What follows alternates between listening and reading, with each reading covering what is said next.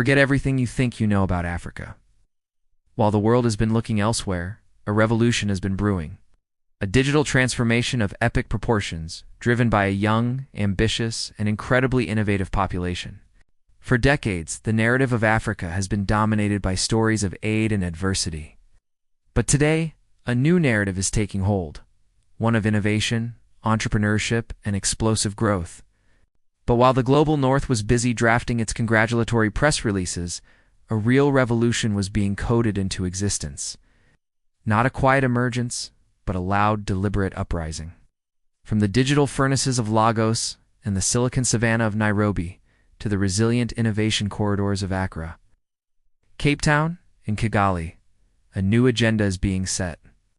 This isn't about getting a seat at their table. It's about building our own, from the hardware to the cloud. This is the fight for technological sovereignty. For generations, innovation in Africa meant the arrival of ill-suited, overpriced technologies from the West, often bundled with crippling debt and dependency.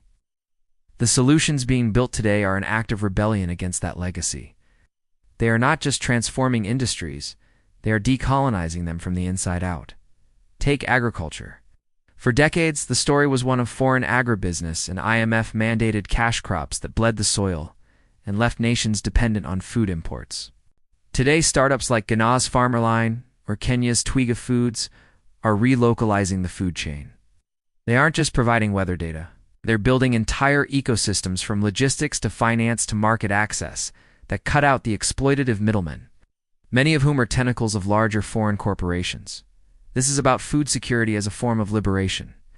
Consider healthcare, the colonial legacy left behind skeletal health systems designed not for public welfare, but for the maintenance of a colonial workforce.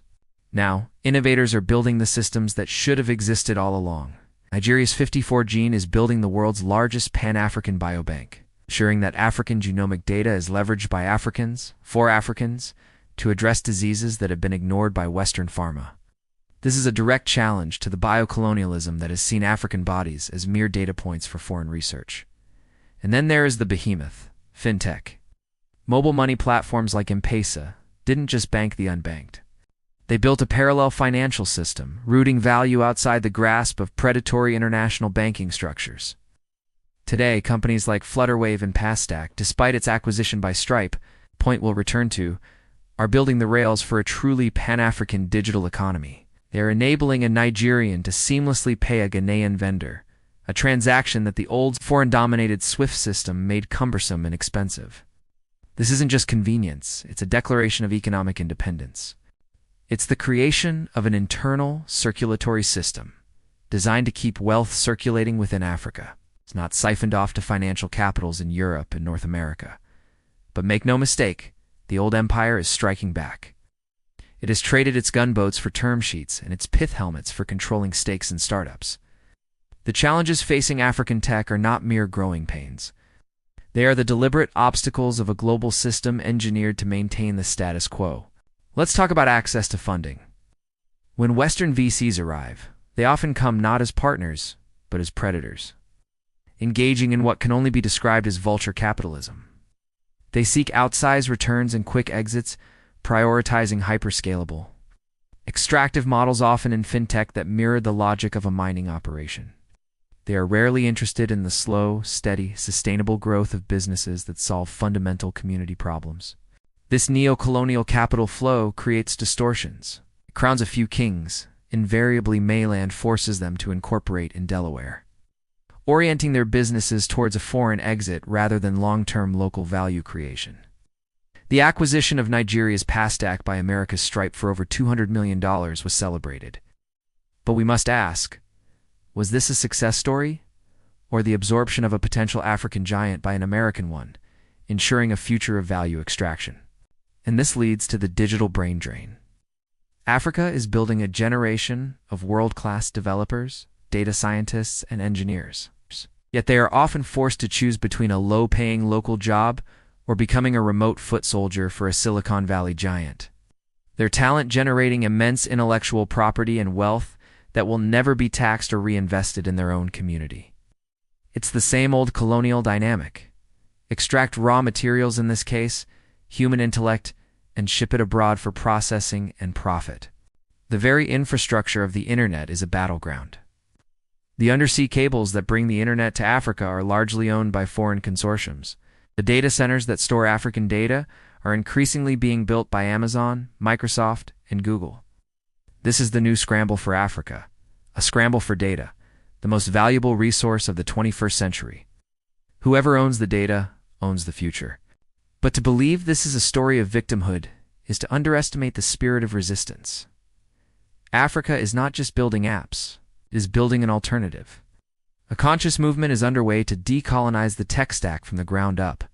We are seeing the rise of a new class of African angel investors and homegrown venture funds, like Lofting Inc. or TLCom, who have a deeper understanding of the local context and a genuine desire to build a sustainable ecosystem, not just flip startups. There's a growing push for Pan-African M&A, for consolidation that keeps ownership and control within the continent. The narrative is being forcefully reclaimed. Look at the explosion of tech media platforms like TechCobol and Benjamin Dodd, which are analyzing the ecosystem with a critical local-first perspective, challenging the simplistic narratives peddled by the Western press. They're the ones asking the tough questions about valuations, exploitation, and the true meaning of success. There's a nascent but crucial movement towards open-source hardware and software, a direct rejection of dependency on proprietary Western technology. Makerspaces and innovation hubs are not just co-working spaces. They are sites of radical experimentation, developing appropriate technologies from 3D printed medical supplies to off-grid energy solutions that are robust, repairable, and owned by the communities they serve. This is the definition of technological self-determination. And on the policy front, the fight is on. The battle for data privacy laws, for digital rights, for policies that compel foreign tech giants to pay their fair share of taxes is a front line in this war for sovereignty. It's a fight to ensure that Africa's digital future is not a mere franchise of Silicon Valley. The road ahead is not easy. The forces of digital colonialism are powerful and deeply entrenched. They will continue to offer Faustian bargains, cloaking extraction in the language of partnership and progress. But the resilience being demonstrated every single day in the tech hubs of this continent is proof that a different future is possible. The choice is not between isolation and submission. The choice is to engage with the world but on their own terms, to build systems that are regenerative, not extractive, to create technologies that empower, not in debt, to ensure that the architects of Africa's digital destiny are the African people themselves. So what does this mean for you? This is not a call to invest in the next unicorn. It is a call for solidarity. Decolonize your feed. Follow and amplify the voices of African tech journalists, analysts, and creators. Listen to their analysis, not the filtered version from Western media. Advocate for digital justice. Support organizations fighting for fair data laws, net neutrality, and equitable global tech policies. Understand that the fight for a free and open internet in Lagos is intrinsically linked to the same fight in Lisbon or Los Angeles. The old empires are dying.